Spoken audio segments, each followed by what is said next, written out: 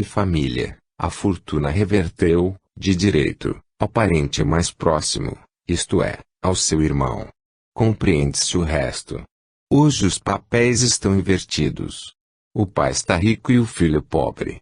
O que, sobretudo, deve aumentar o desespero deste último é que não pode invocar o fato de uma cessão fictícia, pois a lei interdita formalmente esse gênero de transação. Dir-se-ia que se sempre fosse assim com o mal, melhor seria compreendida a justiça do castigo, sabendo o culpado por que é punido, saberia do que se deve corrigir. Os exemplos de castigos imediatos são menos raros do que se pensa. Se remontasse à fonte de todas as vicissitudes da vida, ver-se-ia, aí, quase sempre, a consequência natural de alguma falta cometida. A cada instante recebe o homem terríveis lições, das quais, infelizmente, bem poucos tiram proveito. Enseguecido pela paixão, não vê a mão de Deus, que o fere, longe de acusar-se por seus próprios infortúnios, põe a culpa na fatalidade e na má sorte, irrita-as muito mais do que se arrepende. Aliás, não nos surpreenderíamos se o filho, do qual se fala acima, em vez de ter reconhecido seus erros para com o pai, em lugar de lhe ter dispensado melhores sentimentos, passasse a lhe devotar maior animosidade. Ora, o que pede Deus ao culpado? O arrependimento e a reparação voluntária. Para o animar a isto multiplica à sua volta, durante a vida inteira, todas as formas de advertências, desgraças, decepções, perigos iminentes, numa palavra, tudo o que é próprio a fazê-lo refletir. Se, a despeito disto, seu orgulho resiste, não é justo que seja punido mais tarde. É grave erro pensar que o mal possa ficar impune, uma ou outra vez, na vida atual. Se soubesse tudo quanto acontece ao mal, aparentemente o mais próspero, ficar-se-ia convencido da verdade de que não há uma única falta nesta vida, uma só inclinação má, dizemos mais, um só mau pensamento que não tenha sua contrapartida. Daí a consequência que, se o homem aproveitasse os avisos que recebe, se arrependesse e reparasse desde esta vida, teria satisfeito a justiça de Deus e não mais teria de espiar, nem de reparar, seja no mundo dos espíritos, seja em nova existência. Se há, pois, os que nesta vida sofrem o passado de sua precedente existência, é que devem pagar uma dívida que não saldaram. Se o filho em questão morrer na impenitência, sofrerá, primeiramente, no mundo dos espíritos, o castigo do remorso, sofrerá moralmente o que fez sofrer materialmente, será um espírito infeliz, porque terá violado a lei que lhe dizia, honra teu pai e tua mãe. Mas Deus, que é soberanamente bom e, ao mesmo tempo, soberanamente justo, permitirá que ele reencarne para reparar, talvez lhe dê o mesmo pai, em sua bondade, lhe poupe a humilhante lembrança do passado, mas o culpado trará consigo a intuição das resoluções que tiver tomado, a vontade de fazer o bem, ao invés do mal, será a voz da consciência que lhe ditará a conduta. Depois, quando retornar ao mundo dos espíritos, Deus lhe dirá, venha a mim, meu filho, tuas faltas estão apagadas. Mas, se falhar nessa nova prova, terá de recomeçar, até que se tenha despojado inteiramente do homem velho. Deixemos, pois, de ver nas misérias que sofremos pelas faltas de uma existência anterior um mistério inexplicável e digamos que de nós depende evitá-las, obtendo nosso perdão desde esta vida. Depois de saldar nossas dívidas, Deus não nos fará pagá-las segunda vez, mas se permanecermos surdos às suas advertências, então exigirá até o último ceitil, ainda que após vários séculos ou milhares de anos. Para isto não exige vãos simulacros, mas a reforma radical do coração. A morada dos eleitos só é aberta aos espíritos purificados, qualquer mácula lhes interdita o acesso. Cada um pode pretendê-lo, compete a todos fazer o que a isto for necessário e lá chegar, mais cedo ou mais tarde, conforme seus esforços e sua vontade. Mas jamais dirá Deus a alguém, não te purificarás. Ano 7. Novembro de 1864, número 11. Um criminoso arrependido. Continuação. Passy, 4 de outubro de 1864, médium, Sr. Hu. Nota: o médium tivera a intenção de evocar Latour desde o momento do suplício. Tendo perguntado a seu guia espiritual se poderia fazê-lo, este respondeu que esperasse lhe fosse indicado o momento. Somente no dia 3 de outubro a autorização foi dada, após ter lido o artigo da revista, que fazia referência ao caso. P. Ouvistes as minhas preces? Resp. Sim, ouvi-as e vos-las agradeço, não obstante a minha perturbação. Fui evocado quase imediatamente depois da minha morte, porém não pude manifestar-me logo, de modo que muitos espíritos levianos tomaram meu nome e a vez. Aproveitei a estada em Bruxelas do presidente da Sociedade de Paris e comuniquei-me, com a aquiescência de espíritos superiores. Voltarei a manifestar-me na sociedade, a fim de fazer revelações que serão um começo de reparação às minhas faltas, podendo também servir de ensinamento a todos os criminosos que me lerem e meditarem na exposição dos meus sofrimentos. É somente sobre o espírito dos homens fracos ou das crianças que a narrativa de penas infernais pode produzir efeitos terroristas. Ora, um grande malfeitor não é um espírito pusilânime, e o temor da polícia é para ele mais real que a descrição dos tormentos do inferno.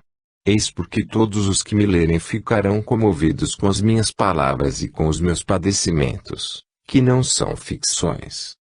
Não há um só padre que possa dizer que viu o que tenho visto, porque tenho assistido às torturas dos danados.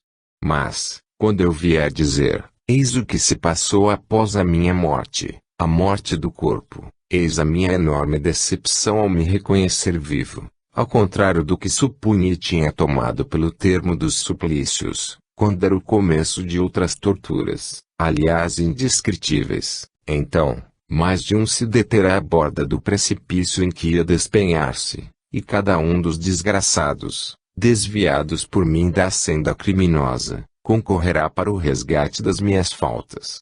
É assim que do próprio mal sai o bem, e que a vontade de Deus se manifesta em toda parte, na terra como no espaço. Foi-me permitido libertar-me do olhar das minhas vítimas transformadas em carrascos, a fim de comunicar convosco. Ao deixar-vos, entretanto, tornarei a vê-las e só esta ideia me causa tal sofrimento que eu não poderia descrevê-lo. Sou feliz quando me evocam, porque assim deixo o meu inferno por alguns instantes. Orai sempre ao Senhor por mim, pedi-lhe que me liberte do olhar das minhas vítimas. Sim, oremos juntos. A prece faz tanto bem. Estou mais aliviado, não sinto tão pesado o fardo que me acabrunha. Vejo um resquício de esperança luzindo-me aos olhos e, contrito, exclamo, bendita a mão do Senhor e seja feita a sua vontade. J. Latour. O guia espiritual do médium dita o seguinte: não tome os primeiros gritos do espírito que se arrepende como sinal infalível de suas resoluções. Ele pode estar de boa fé em suas promessas, porque a primeira impressão que sente ao se ver no mundo dos espíritos é de tal modo fulminante que, ao primeiro testemunho de caridade que recebe de um espírito encarnado, ele se entrega às expansões do reconhecimento e do arrependimento. Mas, por vezes, a reação é igual à ação e, em muitas outras, esse espírito culpado, que ditou a um médium tão boas palavras, pode voltar à sua natureza perversa, às suas tendências criminosas. Como uma criança que ensaia os primeiros passos, precisa de ajuda para não cair. No dia seguinte o espírito Latour foi evocado novamente. O médium, em vez de pedir a Deus para vos furtar ao olhar das vossas vítimas, eu vos convido a pedir a Ele que vos dê a força necessária para suportardes essa tortura expiatória. Latour, eu preferiria livrar-me de tais olhares. Se soubesseis quanto sofro. O homem mais insensível comover-se-ia vendo impressos na minha fisionomia, como que a fogo, os sofrimentos de minha alma. Farei, entretanto, o que me aconselhais, pois compreendo ser esse o meio de expiar um pouco mais rapidamente as minhas faltas. É qual dolorosa operação que viesse curar um corpo gravemente adoentado. Ah! Pudessem ver-nos culpados da terra, e ficariam apavorados das consequências de seus crimes, desses crimes que, ignorados dos homens, são, no entanto, vistos pelos espíritos. Como a ignorância é fatal para tanta gente. Que responsabilidade assumem os que recusam instrução às classes pobres da sociedade? Acreditam que com polícia e soldados se previnem crimes. Que grande erro! Se dobrassem ou quadruplicassem o número de agentes da autoridade, os mesmos crimes seriam cometidos, porque é preciso que os espíritos maus encarnados cometam crimes. Eu me recomendo à vossa caridade. Observação, sem dúvida é por um resquício de preconceitos terrenos que diz Latour, é preciso que os espíritos maus encarnados cometam crimes. Seria fatalidade nas ações dos homens, doutrina que a todos desculparia. Aliás, é muito natural que ao sair de semelhante existência, o espírito não compreenda ainda a liberdade moral, sem a qual o homem estaria ao nível dos animais. Causa admiração que ele não diga coisas ainda piores. A comunicação seguinte, do mesmo espírito, foi obtida espontaneamente em Bruxelas, pela senhora C., o mesmo médium que havia servido de instrumento à cena relatada no número de outubro. Nada mais receeis de mim, estou mais tranquilo, embora ainda padeça. Vendo o meu arrependimento, Deus teve compaixão de mim. Agora sofro por causa desse arrependimento, que me demonstra a enormidade dos meus crimes. Bem aconselhado na vida, eu não teria jamais praticado todo esse mal, mas, sem repressão, obedeci cegamente aos meus instintos. Se todos os homens pensassem mais em Deus, ou, antes, se nele acreditassem, tais faltas não seriam cometidas. Falha é, porém, a justiça dos homens. Uma falta muita vez passageira leva o homem ao cárcere, que não deixa de ser um foco de perversão. Daí sai ele completamente corrompido pelos maus exemplos e conselhos. Dado porém que a sua índole seja boa e forte para se não corromper, ainda assim, de lá saído, ele vai encontrar fechadas todas as portas, retraídas todas as mãos, indiferentes todos os corações. Que lhes resta, pois? O desprezo, a miséria, o abandono e o desespero, se é que o assistem boas resoluções de se corrigir. Então a miséria o leva aos extremos, e assim é que também ele se toma de desprezo por seu semelhante, assim é que o odeia e perde a noção do bem e do mal, por isso que repelido se encontra, a despeito das suas boas intenções. Para angariar o necessário, rouba, mata às vezes, e depois o executam. Meu Deus, ao ser presa novamente das minhas alucinações, sinto que a vossa mão se estende por sobre mim, sinto que a vossa bondade me envolve e protege. Obrigado, meu Deus. Na próxima existência empregarei toda a minha inteligência no socorro aos desgraçados que sucumbiram, a fim de os preservar da queda. Obrigado a vós que não desdenhais de comunicar comigo, nada receeis, pois bem o vedes, eu não sou mau.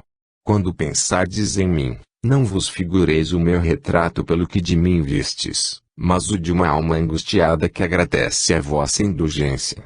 Adeus, evocai-me ainda e orai a Deus por mim. Latour. Observação: o espírito faz alusão ao temor que sua presença inspirava ao médium. Sofro, diz ele ainda, por esse arrependimento, que me mostra a enormidade de minhas faltas. Há nisto um pensamento profundo. Realmente, o espírito não compreende a gravidade de seus erros senão quando se arrepende. O arrependimento traz o pesar, o remorso, sentimento doloroso, que é a transição do mal para o bem, da doença moral para a saúde moral. É para se furtarem a isto que os espíritos perversos se tornam inflexíveis à voz da consciência, como os doentes que repelem o remédio que os deve curar. Procuram iludir-se e atordoar-se, persistindo no mal. Latour chegou a um período em que o endurecimento acaba por ceder, O remorso entrou em seu coração, seguiu seu arrependimento, compreende a extensão do mal que fez, vê a sua abjeção e sofre com isto. Eis porque diz, sofro por esse arrependimento. Em sua existência precedente, deveria ter sido pior que nesta, porquanto, se tivesse arrependido como fez agora, sua vida teria sido melhor. As resoluções tomadas agora influirão sobre sua existência terrestre futura, a que acaba de deixar, por mais criminosa que tenha sido, marcou-lhe uma etapa de progresso. É mais que provável que, antes de começá-la, ele fosse, na erraticidade, um desses espíritos maus, rebeldes, obstinados no mal, como se vê em tantos. Muitas pessoas perguntaram que proveito poder-se-ia tirar das existências passadas, já que não se lembram do que foram, nem do que fizeram. Esta questão está completamente resolvida, levando-se em conta que, se o mal que praticamos estivesse apagado, e se dele não restasse traço algum em nossos corações, sua lembrança seria inútil, uma vez que com eles não mais temos de nos preocupar. Quanto àquilo de que não nos corrigimos completamente, nós o conhecemos por nossas tendências atuais, é para estas que devemos concentrar toda a nossa atenção. Basta saber o que somos, sem que seja necessário saber o que fomos. Durante a vida, quando se considera a dificuldade da reabilitação do mais arrependido dos culpados, da reprovação de que é objeto, deve-se agradecer a Deus por ter lançado um véu sobre o passado. Se Latour tivesse sido condenado em tempo hábil, e mesmo se tivesse sido absolvido, seus antecedentes levariam a sociedade a rejeitá-lo. A despeito do seu arrependimento, quem o teria admitido na intimidade? Os sentimentos que hoje manifesta como espírito nos fazem esperar que, na próxima existência terrena, será um homem de bem, estimado e considerado. Mas suponde que se saiba quem foi Latour, a reprovação ainda o perseguirá. O véu lançado sobre o passado abre-lhe a porta da reabilitação. Poderá sentar-se sem temor e sem desonra entre as mais distintas pessoas. Quantos não gostariam, fosse qual fosse o preço, de apagar da memória dos homens certos anos de sua existência? Que se encontre, então, uma doutrina que melhor se concilie com a justiça e a bondade de Deus. Aliás, esta doutrina não é uma teoria, mas um resultado da observação. Não foram os espíritas que a imaginaram, eles viram e observaram as diversas situações em que se apresentam os espíritos, procuraram a sua explicação, da qual saiu a doutrina. Se aceitaram é porque ela resulta dos fatos e lhes pareceu mais racional que todas as concebidas até hoje sobre o futuro da alma. Latour foi evocado muitas vezes, o que era muito natural. Mas, como sucede em casos semelhantes, houve muitas comunicações apócrifas, e os espíritos levianos não perderam essa ocasião. A própria situação de Latour se opunha a que se pudesse manifestar quase simultaneamente em tantos pontos ao mesmo tempo. Tal ubiquidade só é privilégio dos espíritos superiores. As comunicações que referimos são mais autênticas. Pensamos que sim e o desejamos, sobretudo para o bem desse espírito. Em falta dessas provas materiais, que constatam a identidade de modo absoluto, como muitas vezes são obtidas, pelo menos temos provas morais, que tanto resultam das circunstâncias em que ocorrem as manifestações, quanto da concordância. Sobre as comunicações que conhecemos, oriundas de fontes diversas, pelo menos 3/4 partes concordam quanto ao fundo, entre as outras algumas não resistem a um exame. Tão evidente é o erro de situação, em flagrante contradição com o que nos ensina a experiência sobre o estado dos espíritos no mundo espiritual. Seja como for, não se pode recusar aquelas que citamos um alto ensino moral. O espírito pode ter sido, deve mesmo ter sido ajudado em suas reflexões e, sobretudo, na escolha das expressões, por espíritos mais adiantados. Mas, em casos semelhantes, estes últimos só assistem na forma, e não no fundo, e jamais põem um espírito inferior em contradição consigo mesmo. em Lator puderam poetizar a forma do arrependimento, mas não o teriam levado a exprimir o arrependimento contra sua vontade, porque o espírito tem o seu livre-arbítrio. Nele viam o germe dos bons sentimentos, razão por que o ajudaram a exprimi-los, contribuindo, dessa maneira, para desenvolvê-los, ao mesmo tempo que para ele atraíram a comiseração. Há algo de mais comovente, de mais moral, susceptível de impressionar mais vivamente, do que o quadro desse grande criminoso arrependido, a manifestar desespero e remorso. Que, em meio às torturas, perseguido pelo olhar incessante de suas vítimas, eleva o pensamento a Deus para implorar misericórdia. Não está aí um salutar exemplo para os culpados? Tudo é sensato em suas palavras, tudo é natural em sua situação, enquanto a que lhe é atribuída por certas comunicações é ridícula. Compreende-se a natureza de suas angústias, elas são racionais, terríveis, embora simples e sem encenação fantasmagórica. Por que se não teria arrependido? Porque não haveria nele uma corda sensível e vibrante.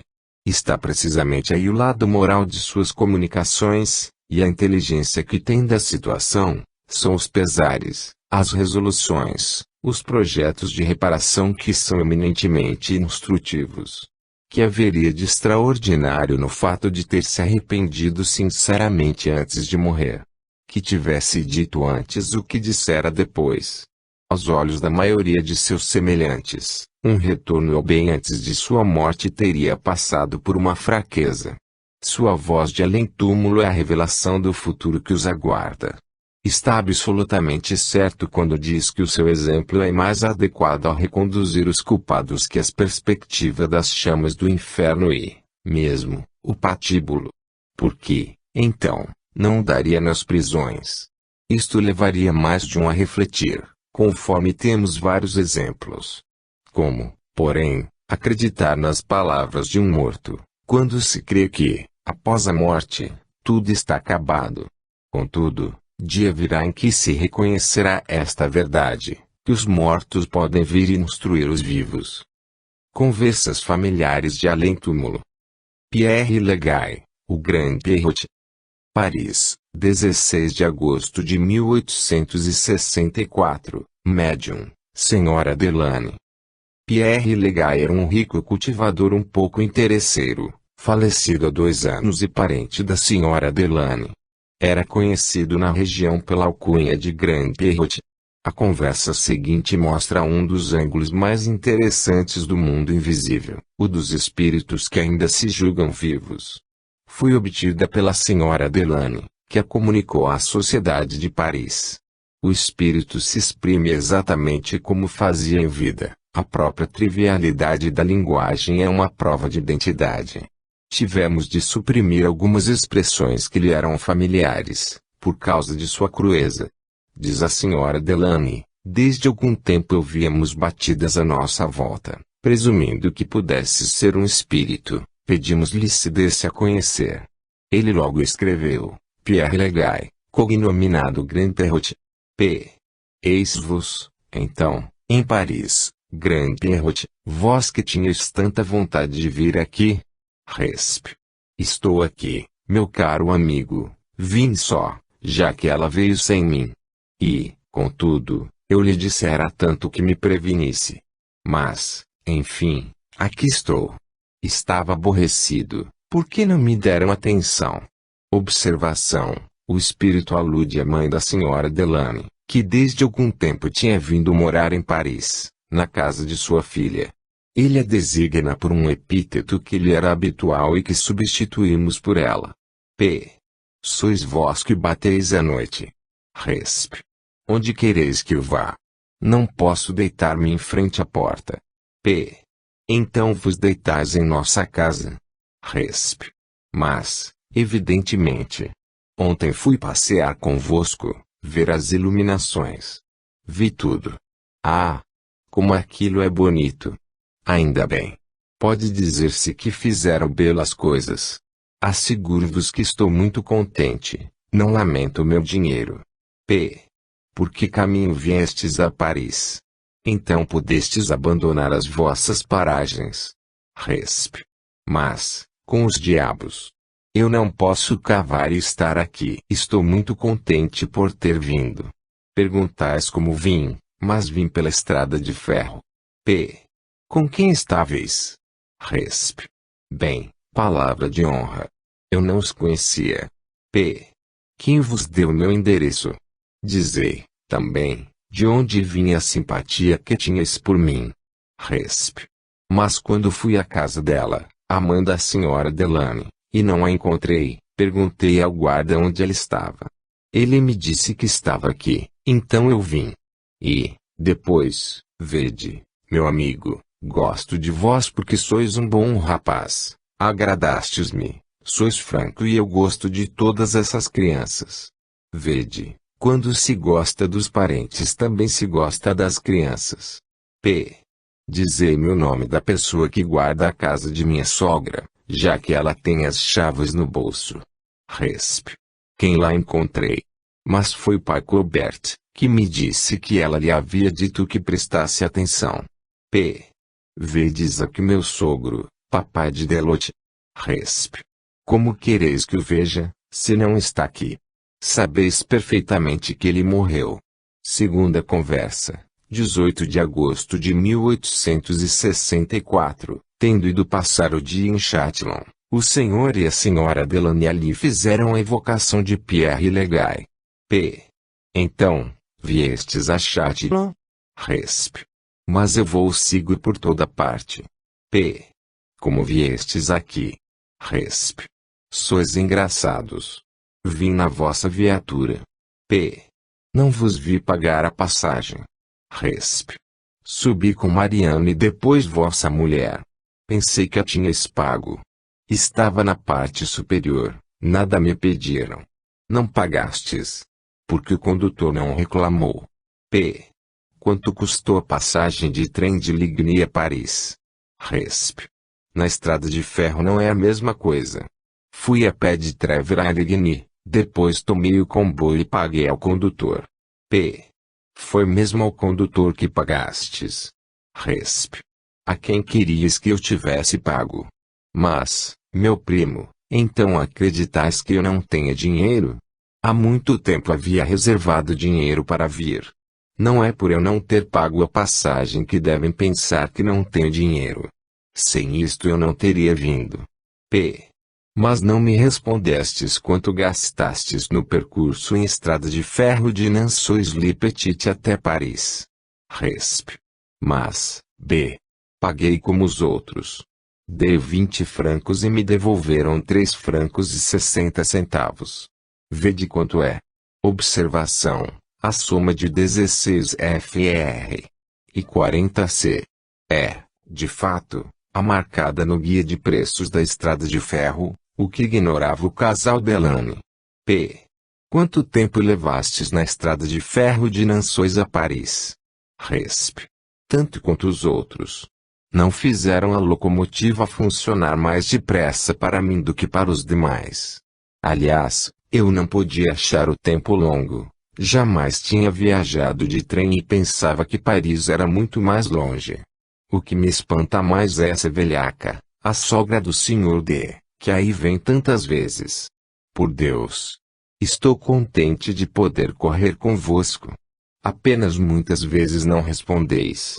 Compreendo, vossos negócios vos sobrecarregam muito. Ontem não ousei regressar convosco pela manhã, à casa comercial onde o Sr. D.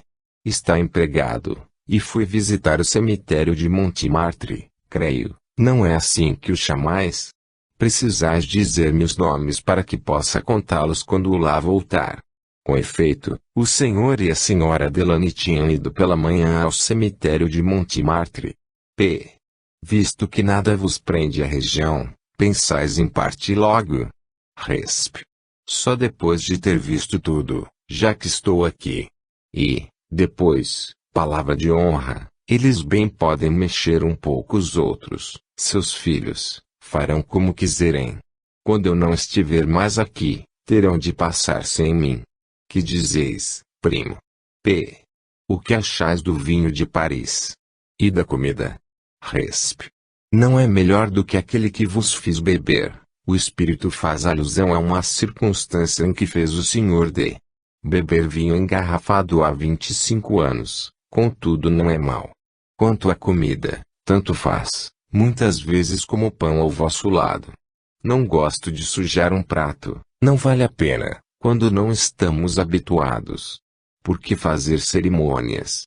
P. Então onde dormis? Não notei vosso leito. Resp. Chegando, Mariane foi a um quarto escuro, pensei que fosse para mim, deitei-me lá. Falei várias vezes a todos. P. Em vossa idade, não temeis ser atropelado nas ruas de Paris? Resp. Ah! Meu primo, o que mais me aborrece são esses tais de carros, por isso, não deixo as calçadas. P. Há quanto tempo estais em Paris? Resp. Sabeis perfeitamente que cheguei quinta-feira última, creio que há 8 dias. P. Como não vi vossa mala, se precisardes de roupa branca não vos constrangeis. Resp. Tomei 2 camisas, é o bastante. Quando estiverem sujas, eu voltarei para casa, gostaria de não vos incomodar. P. Quereis dizer o que vos disse o pai Colbert antes de vossa partida para Paris? Resp. Ele está na casa de Mariane há um bom tempo. Vendendo-a, quis ainda ficar por lá. Diz que não perturba, pois aguarda. P. Dissestes ontem que não vias meu sogro de Delotte, porque ele morreu. Como, então, vedes tão bem o pai Colbert, que também está morto há pelo menos 30 anos? Resp. Ah! Perguntais o que ignoro, não havia refletido nisto. O que é certo é que ele lá está bem tranquilo, mas não vos posso dizer. Observação: o pai Colbert era o antigo proprietário da casa da mãe da senhora Delane. Parece que desde sua morte ficou na casa, da qual se constituiu guarda, e que, também ele, se julga ainda vivo. Assim, esses 2 espíritos, Colbert e Pierre Legay, se veem e conversam como se ainda pertencessem a este mundo, não se dando conta de sua situação. Terceira conversa, 19 de agosto de 1864, p. Ao guia espiritual do médium. Gostaríamos que desseis algumas instruções a respeito do espírito Legay, e dizer-nos se já é tempo de fazer que compreenda sua verdadeira situação. Resp. Sim, meus filhos, desde ontem ele está perturbado, por causa de vossas perguntas. Tudo para ele é confuso quando quer saber, pois ainda não reclama a proteção de seu anjo da guarda. P. Legay. Estás aqui? Resp. Sim, meu primo, mas tudo isto é muito estranho. Não sei o que isto quer dizer. Não te vás sem mim, Mariane. P. Refletistes no que pedimos que ontem dissesseis a respeito do pai Colbert, que vistes vivo, quando, na verdade, ele está morto. Resp. Não posso saber como isto acontece. Apenas já ouvi dizer que havia aparições. Por Deus! Creio que ele é um dos tais. Digam, contudo, o que quiserem, eu vi perfeitamente. Mas estou cansado, preciso de um pouco de tranquilidade. P. Credes em Deus e fazeis vossas preces diárias? Resp. Juro que eu sim, se isto não faz bem, não me pode fazer mal. P. Credes na imortalidade da alma? Resp. Oh! Isto é diferente. Não posso pronunciar-me sobre isto, duvido. P. Se eu vos desse uma prova da imortalidade da alma, acreditarias? Resp. Oh! Então os parisienses conhecem tudo. Só peço isto. Como fareis? P. Ao guia do médium. Podemos fazer a evocação do pai Colbert, para lhe provar que está morto. Resp. Não precisa ir tão depressa, trazei-o de volta suavemente. Depois este outro espírito vos fatigará muito esta noite. P. Legay. Onde estáis colocado, que não vos vejo? Resp. Não me vedes. Ah! Isto é demais. Então estáis cego. P. Dai-vos conta da maneira por que nos falais, já que fazeis minha mulher escrever. Resp. Eu. Juro que não. Várias perguntas novas foram dirigidas ao espírito e ficaram sem resposta. Evocaram seu anjo da guarda, e um dos guias do médium respondeu o que se segue. Meus amigos, sou eu que venho responder, pois o anjo da guarda deste pobre espírito não está com ele, só virá quando ele próprio o chamar e rogar ao Senhor que lhe conceda a luz. Posto ainda estivesse sob o império da matéria e não quisesse escutar a voz de seu anjo da guarda, este se afastou dele, já que teimava em ficar estacionário. Com efeito, não era ele que te fazia escrever, falava como de hábito, persuadido de que o escutáveis, mas era seu espírito familiar que te conduzia a mão. Para ele, conversava com teu marido, tu escrevias e tudo isto lhe parecia muito natural. Mas as vossas últimas perguntas e vossos pensamentos o levaram a Treverai, está perturbado, orai por ele e mais tarde o chamareis, ele voltará depressa.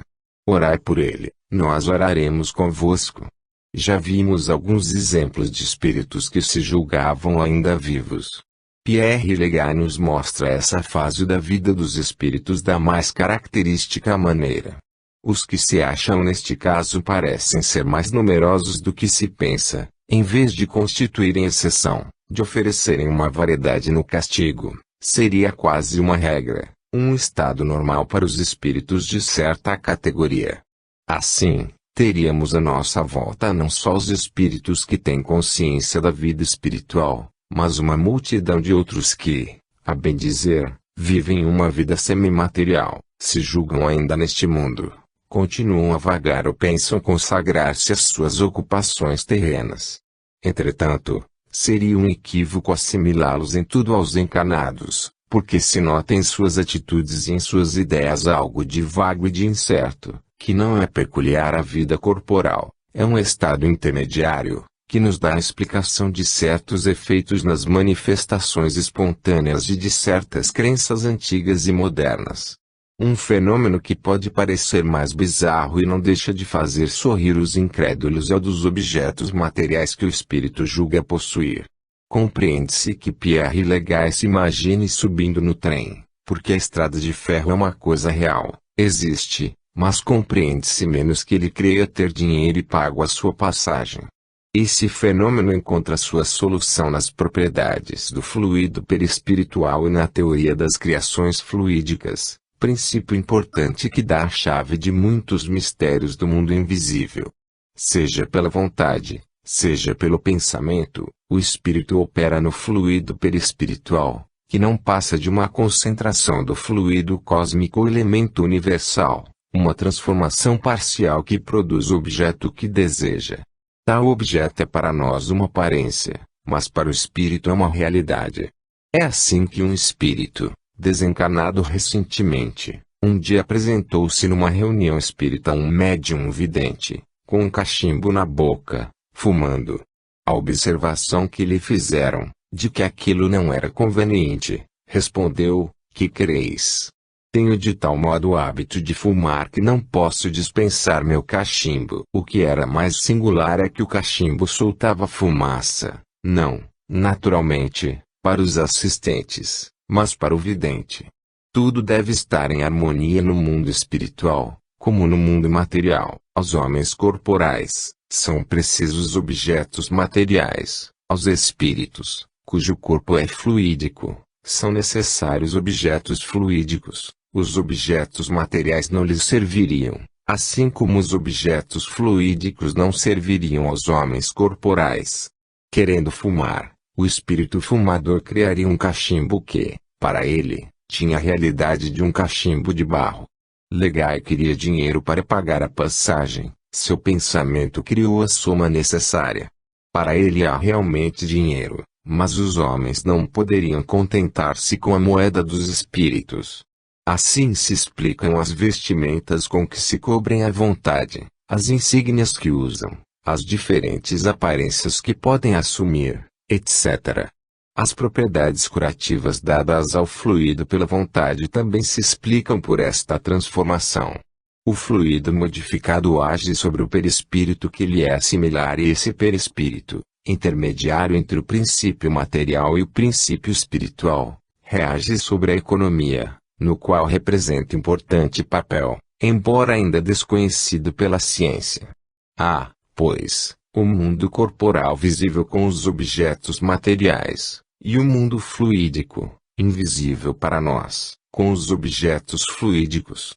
É de notar que os espíritos de ordem inferior e pouco esclarecidos operam essas criações sem se darem conta da maneira por que neles se produz tais efeitos. Eles não o podem explicar, como um ignorante da terra é incapaz de explicar o mecanismo da visão, nem um camponês dizer como cresce o trigo.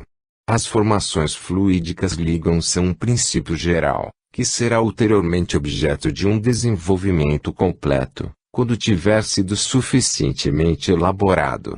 O estado dos espíritos na situação de Pierre Legal levanta várias questões. A que categoria pertencem precisamente os espíritos que ainda se julgam vivos? A que se deve esta particularidade? Há uma falta de desenvolvimento intelectual e moral. Muitos que são inferiores dão-se conta perfeitamente de seu estado e a maior parte dos que temos visto nesta situação não é dos mais atrasados. É uma punição. Talvez o seja para alguns, como para Simon Lovett, do Havre, o suicida da Torre de Francisco I que, durante 5 anos, estava na apreensão da queda. Revista Espírita do mês de março de 1863. Mas muitos outros não são infelizes e não sofrem, como testemunha Pierre Legal. Vide como resposta à dissertação que se segue. Ano 7, dezembro de 1864, número 12. Louis Henry, o Trapeiro. Estudo moral. Lê-se no siècle de 12 de outubro de 1864, numa horrível mansarda da passagem Saint-Pierre, em Clichy, vivia um homem chamado Louis Henry, de 64 anos, mas parecendo ter 80. Tinha descido ao último degrau da vida social. Diziam que outrora tinha sido belo e perdulário, que havia transtornado muitas cabeças femininas e levado a existência em alta velocidade. Com efeito, por momentos lhe escapavam maneiras de falar características da sociedade refinada. E em sua casa haviam-se 2 deliciosas miniaturas, representando encantadoras mulheres. O círculo desses medalhões há muito tinha sido vendido e a pintura tinha se tornado muito apagada para que dela se pudesse tirar proveito. Louis Henry exercia o ofício de trapeiro. Mas era tão fraco, tão alquebrado, tão trêmulo, que não recolhia quase nada. Deitava-se sobre imundícies, que lhe serviam de leito, sem ao menos tirar os trapos. Outros trapeiros, quase tão pobres quanto ele, se cotizavam para lhe dar alguns alimentos, tais como casca de pão e restos de cozinha, provenientes de suas cestas. Estava coberto de chagas e roído de vermes. Já por várias vezes, diz o Opinion Nationale, os soldados da brigada de Clichy tinham feito uma coleta entre si, a fim de pagar banhos sulfurosos àquele infeliz. Ele não sabia o paradeiro de sua família e havia esquecido o próprio nome. Só se recordava dos prenomes Louis Henry. Desde alguns dias, o leproso, como o chamavam, não mais fora visto. Um odor infecto, que escapava de seu tugúrio, atraiu a atenção dos locatários. Estes avisaram o comissário de polícia que, assistido pelo Dr. Massart, dirigiu-se ao local e mandou abri-lo por um serralheiro. Entre as imundícies, encontraram, corroídos pelos ratos, os restos decompostos do trapeiro, que se extinguiram em meio às suas enfermidades e males. Eis aí um triste revés da sorte e uma prova de que a justiça divina nem sempre espera a vida futura para agir sobre o culpado. Dizemos culpado por hipótese, porque uma tal degradação não pode ser senão resultado do vício no seu mais alto grau. O homem mais rico e mais altamente colocado pode tombar na última categoria da escala social, mas conservará a dignidade, se nele a honra não for abafada na mais profunda miséria. Presumindo que a vida desse homem pudesse oferecer um ensinamento, a Sociedade de Paris julgou dever evocá-lo, na expectativa de, ao mesmo tempo, lhe ser útil. Sociedade de Paris, 28 de julho de 1864, Médium, Sr. Veze, pergunta: os detalhes que lemos de vossa vida e vossa morte nos interessaram, primeiro por vós, porque todos os que sofrem têm direito às nossas simpatias, e, depois, para nossa instrução. Seria útil, do ponto de vista moral, reconhecer como e por que causas, de uma existência que parece ter sido brilhante, caístes em tal objeção, e qual a vossa situação atual. Rogamos a um Espírito bom que vos assista na comunicação que nos derdes. 1. Resposta: não paguei bastante minha dívida de sofrimentos na terra, para que me sejam concedidas algumas horas de lucidez no além-túmulo. É porque meu corpo está infecto e corroído pelos vermes, em disputa com a podridão que o dilacera, que meu espírito está perturbado. Deixa que me reconheça um pouco. A vós, que conheceis as leis divinas da imigração das almas, não preciso explicar o porquê desse estado abjeto a que o desci. Todavia, desde que tal me é ordenado, vou contar-vos minha história. Aliás, uma anedota no meio de vossas sábias discussões e de vossos sérios argumentos causará diversão. Tendes a que um certo público e isso os distrairá mais que a vossa moral e a vossa filosofia. Começo, pois. Observação: nesse dia a sociedade tinha uma sessão geral, isto é, daquelas em que são admitidos uns tantos ouvintes estranhos. É a isto que o Espírito faz alusão. Porque vos calaria o nome que tinha e que, sobretudo em meus últimos anos, eu mesmo parecia ter esquecido completamente. Não adivinhastes que a imundícia que me arrasava era a única causa de meu silêncio a respeito? Eu fingia esquecer. Chamo-me. Mas não quero jogar lama sobre os fraques e vestidos de seda e veludo dos que foram meus parentes e meus amigos, com os quais vivi durante a juventude e que ainda vivem. Também não quero que algumas velhas damas, que mudaram de residência, passando do toucador para o oratório, vejam no medalhão, que ainda conservam, pendurado nos lambris de suas alcovas, sob as vestes de galante gentilhomem, o infeliz abandonado. Para umas, morri na América, durante as guerras que se seguiram ao despertar de seus povos. Para outras, fui dos últimos a morrer nas escaramuças sanguinolentas da Vandéia, gritando: viva o rei! Não toquemos nesses louros, sobre os quais repousam em seus corações.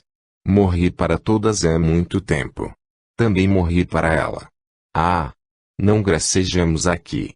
Sim, para ti estou bem morto. Morto para a eternidade. E, contudo, na terra, quantas horas de êxtase e de arrebatamento não passamos? Quantas vezes teu olhar encontrou o meu olhar, meu sorriso e teu sorriso? Não vives ainda senão para me mostrar tuas rugas e teus cabelos brancos. Mas quando chegar tua vez, em que serás tocada pela morte, não te verei mais. Não. Não. Maldição. Ouço vozes que me gritam: maldito. Não a verei mais. Para ela, um dia a luz e o brilho, para mim, a noite e as trevas. Arranquei as asas do anjo na terra, mas suas lágrimas lhe devolverão a pureza, e o perdão de Deus lhe concederá asas brancas de serafim. Ah! Porque a mocidade joga assim com o seu coração. Porque colher todas as flores à sua passagem, para depois as espezinhar. Entretanto, quando o seu coração fala a linguagem da alma a uma outra alma, não mente. Porque é necessário que o sopro das paixões impuras envelheça e atire seu corpo no esterco. Deixai que também derrame algumas lágrimas, elas são doces para os que sofrem. Como gostaria de retornar à minha vida de outrora, para utilizar melhor as horas da juventude. Oh! Como gostaria de possuir o meu coração de 20 anos. Eu daria por inteiro a um coração irmão do meu, Daria minha alma inteirinha a uma alma irmã da minha e, nas minhas aspirações, pediria a Deus que nos fizesse sentir todas as alegrias do céu. Mas está feito. Porque minhas lágrimas e meus pesares. Homem degradado, que sonhas? Tudo está perdido para quem não soube aproveitar o tempo que lhe foi dado. Tudo está perdido para o miserável que não tirou o proveito das qualidades que possuía. Ó vós que me ouvis, sim, este que vos fala era dotado de belas faculdades. Para que lhe serviram? Para enganar com astúcia e conhecimento de causa. Para cometer crimes. Mais tarde eu abafava os remorsos na orgia para não ouvir os gritos da consciência. Era gentil homem, manejava a palavra e a espada com audácia. As mulheres me chamavam de refinado, acariciando-me a fronte e os cabelos em sua alcova, enquanto os homens me chamavam de invencível e de bravo. Orgulho. Porque essas lembranças de outros tempos. Desgraça. Danação. Vejo o sangue em volta de mim. Porque essa espada, que usei para ferir, não se voltou contra meu peito. Entre esses mortos, vedes este cadáver. E meu filho. Ironia. Eis a consequência dos costumes de uma sociedade na qual riem de tudo. Era eu culpado e sabia que era meu filho. Sabia que a amante abandonada há 20 anos jogaria em meu caminho um fruto adulterino, que eu não reconheci e que viria disputar uma presa ao novo Dom Juan. E queríeis que não tivesse esquecido meu nome depois de tais crimes? Ah! Para minha taça de vergonha e de infâmia. Eu devia morrer como morri, na imundícia. Sinto o frio do túmulo. Sinto os vermes que me roem. Mas nada disto me faz sofrer tanto quanto a vista desta enorme ferida, feita por minha espada. Meu filho, graça. Se teu pai não te deu nome, riscou-se do mundo. Se te deu a morte, também morreu na lama. Ah! Abre-me teus braços, ensina a teu pai o caminho de Deus pelo perdão. Que lúgubre história! Ao tomar esta mão para escrever, pensava que ia reencontrar meus sorrisos de outrora. Dom Juan. Então é o meio em que me encontro que me penetra e me transforma. Porque me evocastes. Porque me retirastes da noite para me mostrar um pouco de luz e, em seguida, lançar-me nas trevas. Por minha vez vos interrogo, respondei-me. P. Nós vos chamamos para vos ser úteis, e porque nos condoemos com os vossos sofrimentos. Que podemos fazer por vós? Resp. Aí. Que sei eu.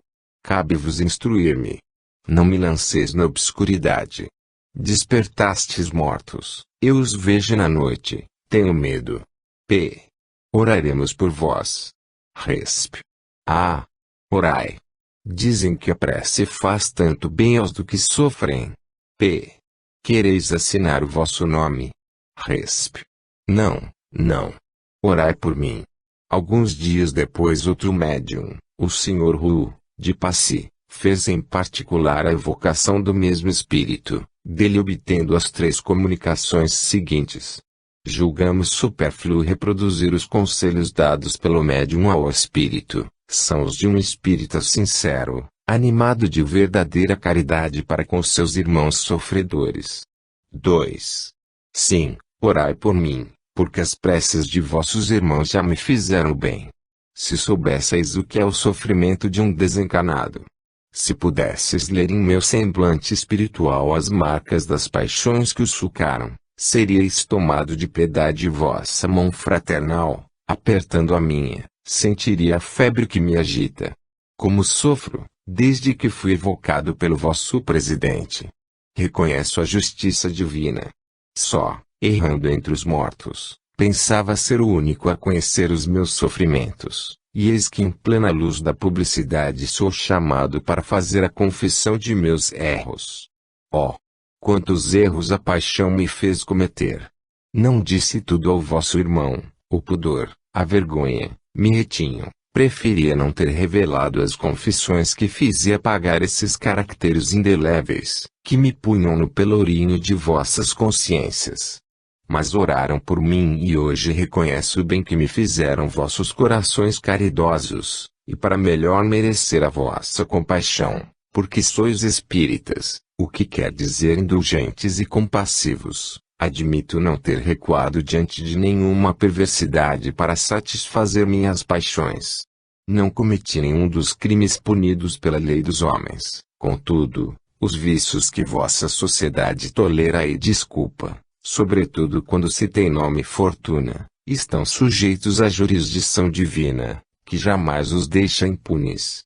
Eu os espiei cruelmente na terra, caí no último grau da miséria, do aviltamento e do desprezo. Eu que outrora brilhava e fazia invejosos e ciumentos, e o castigo me perseguiu no além-túmulo. Não matei como um vil assassino, não roubei, porque o meu orgulho de gentil homem se teria revoltado à só ideia de ser confundido com os criminosos, e, no entanto, matei, salvaguardando a honra, segundo o mundo, levei a ruína, a vergonha e o desespero às famílias, e me chamavam o felizardo, o homem de sorte. Quantas vítimas clamam por vingança em volta de mim? Oh! Por quanto tempo carregarei o fardo desses crimes? Orai por mim, porque sofro a ponto de sentir minha alma se partir. Obrigado, caro irmão. Quero dar-te o nome que me dás, agradeço tuas lágrimas, pois me aliviaram, agradeço a tua prece, pois atraiu para junto de mim espíritos cheios de glória, que me dizem, espera, tu que foste tão culpado, espera na misericórdia de Deus, que perdoa a todos os seus filhos que se arrependem. Persevera nas boas resoluções e serás mais forte para suportar teus sofrimentos. Obrigado a ti, que me tiras do nevoeiro que me envolvia. Possa eu te provar um dia que o reconhecimento de teu irmão é para a eternidade. 3. O remorso me persegue, sofro muito, mas compreendo a necessidade de sofrer. Compreendo que a impureza só se pode tornar pura depois de transformada ao contato do fogo. Os espíritos bons me dizem que espere, e eu espero, que ore, e orei, mas preciso de um amigo que me dê a mão para me sustentar e me impedir de sucumbir sob o meu fardo, que é muito pesado. Sê para mim esse irmão caridoso, esse amigo devotado. Escutarei teus conselhos, orarei contigo, prosternar-me-ei contigo aos pés do Eterno. Quantas vezes vi minha espada tinta do sangue de um de meus irmãos. Fui implacável em minhas vinganças, e quando o aguilhão da carne, a vaidade e o desejo de triunfar sobre os meus rivais me exaltavam, eu precisava da vitória a qualquer preço. Triste vitória. Manchada pelas mais baixas paixões. Era cruel quando o meu orgulho estava excitado, sim, fui um grande culpado, mas quero tornar-me um filho do Senhor. Por isto vim dizer-te, se meu irmão para me ajudar a purificar-me. Irmãos, oremos juntos. 4. Obrigado, irmão. Estou sob a impressão das palavras que acabas de pronunciar. Estou mais forte, vejo o objetivo e, sem tentar medir a distância que dele me separa, digo com os meus botões, chegarei, porque quero, e tenho confiança nos espíritos bons, que me dizem que espere. Na terra jamais duvidei do sucesso, quando fazia o mal, como poderei duvidar, quando hoje quero fazer o bem. Obrigado, irmão, por tua caridade, por tuas boas preces, por teus ensinamentos, pois deles tiro minha força e sinto crescer o meu arrependimento. Se o arrependimento duplica o sofrimento, sei que esse tratamento não durará mais que um tempo e que a felicidade me espera após a depuração. Quero, então, sofrer muito, para merecer ser feliz mais rapidamente dessa felicidade que gozam os espíritos radiantes, que vejo perto de ti. Até breve, irmão, pois vejo que tens um outro espírito sofredor para consolar e fortalecer em seu arrependimento. Pense em mim, em tua prece da noite estarei junto de ti.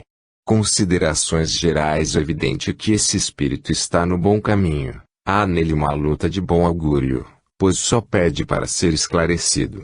Entretanto, suas ideias se ressentem de certos preconceitos. Como muita gente que neles imaginam encontrar uma desculpa, ele se prende à sociedade. Mas, o que é que torna a má sociedade, senão as pessoas viciosas? Sem dúvida a sociedade deixa muito a desejar, no que diz respeito às instituições, mas desde que nelas se encontram criaturas honestas, cumpridoras de seus deveres, todos poderiam fazer o mesmo, já que ela não força ninguém a fazer o mal. Era a sociedade que obrigava Louis Henry a abandonar aquela mulher e seu filho,